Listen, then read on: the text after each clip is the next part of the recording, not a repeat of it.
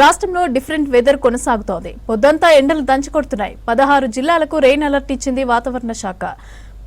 పెద్దపల్లి, జయశంకర్ భూపాలపల్లి, ములుగు, భద్రాద్రి కొత్తగూడెం, ఖమ్మం, నల్గొండ, సూర్యాపేట, వికారాబాద్, సంగారెడ్డి, మెదక్, కామారెడ్డి, మహబూబ్ నగర్, నాగర్ కర్నూల్, వనపర్తి, నారాయణపేట, జోగులాంబ, గద్వాల్ జిల్లాల్లో అక్కడక్కడ వర్షం కురిసే అవకాశం ఉన్నట్లు తెలిపింది ఐఎండీ. గంటకు 40 నుంచి 50 కిలోమీటర్ల వేగంతో ఉరుములు, మెరుపులతో కూడిన ఈదురుగాలులు వీచే అవకాశం ఉందని చెప్తున్నారు వాతావరణ శాఖ అధికారులు.